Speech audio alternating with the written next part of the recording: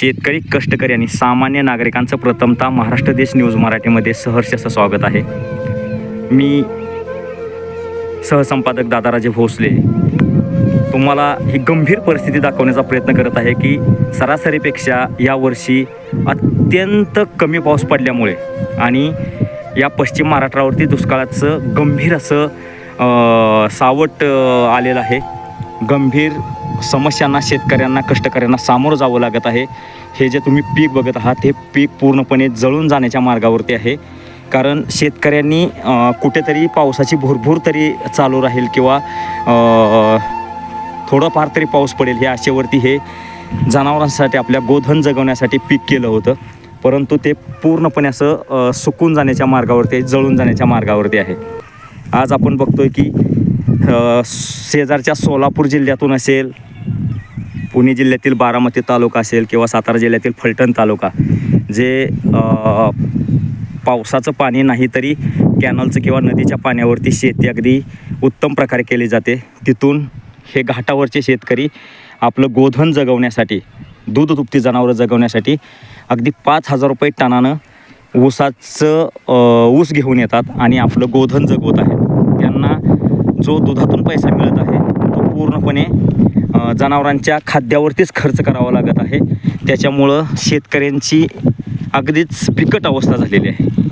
आज आपण बघतोय की या मान तालुक्यातील उत्तरेकडील जी 25-30 गावे आहेत ती अत्यंत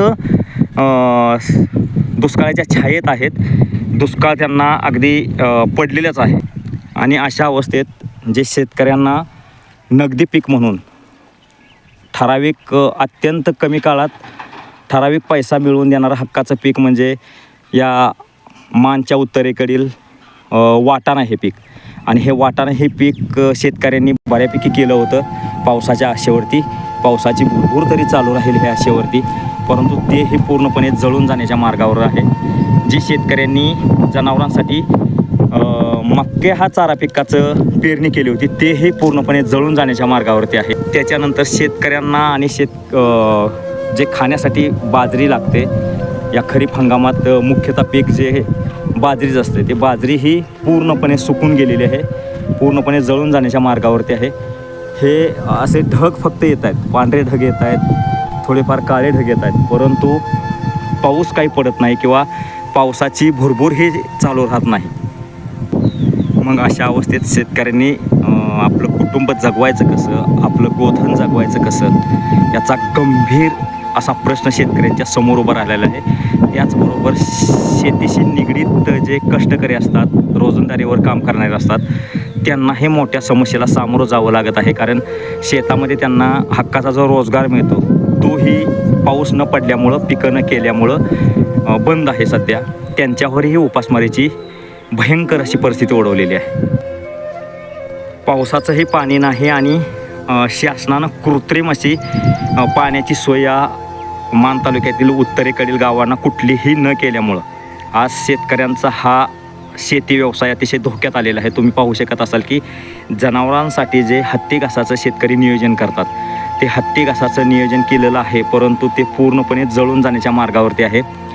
इथं जे तुम्ही आता दाखवतोय मी ते पूर्णपणे जळून गेलेलं आहे. म्हणजे त्याचं जे फुटवे असतात हत्ती घासाचे ते पूर्णपणे जळून गेलेले आहेत. आणि पलीकडचा थोडा आहे तो अगदी 2 ते 3 फूट वाढलेला हत्ती घास आहे, पण पावसाअभावी आणि पाण्याअभावी तो जळून चाललेला आहे. जवळजवळ सर्व शेतकऱ्यांनी अर्ध्याच शेताची पेरणी केलेली आणि अर्धी शेती अशीच पडून आहेत पावसाअभावी. अगदी तुम्ही पाहू शकत असाल की असे गाळाची रानं ही शेतकऱ्यांनी अगदी कसदार जमिनीही पडून ठेवलेले आहेत.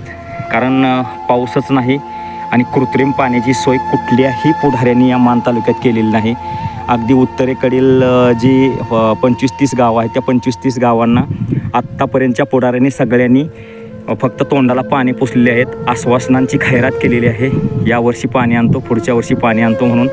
आत्तापर्यंतचे जेवढे काही पुढारी होऊन गेले ते सर्वच्या सर्व कुचकामी ठरलेले आहेत. या मान तालुक्यातील उत्तरेकडील जी गावं आहेत त्या गावांचा कुणीही वाली नाही असंच प्रत्येकाला वाटत आहे. आणि तुम्ही पाहू शकत असाल की अगदी ही भर असं फक्त वारं सुटलेलं आहे. पावसाची भुरभूर तर बिलकुलच नाही. अशी जी दुभती जनावरं आहेत ती कुठेतरी अशी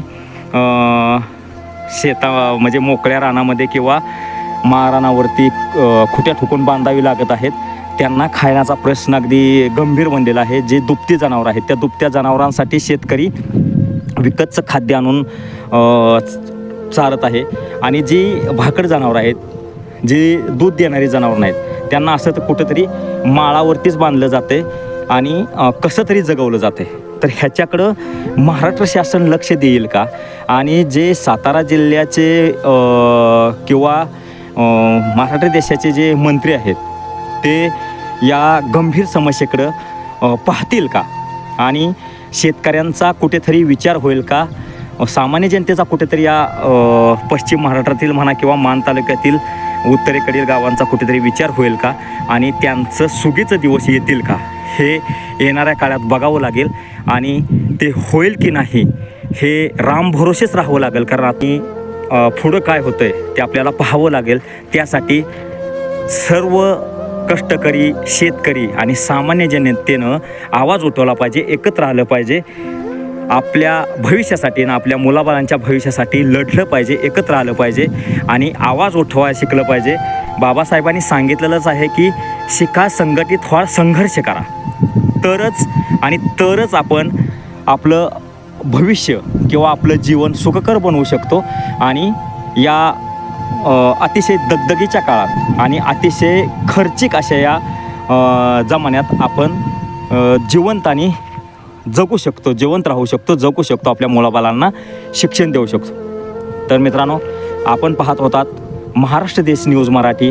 मी सहसंपादक दादाराजे भोसले, मान, उत्तर.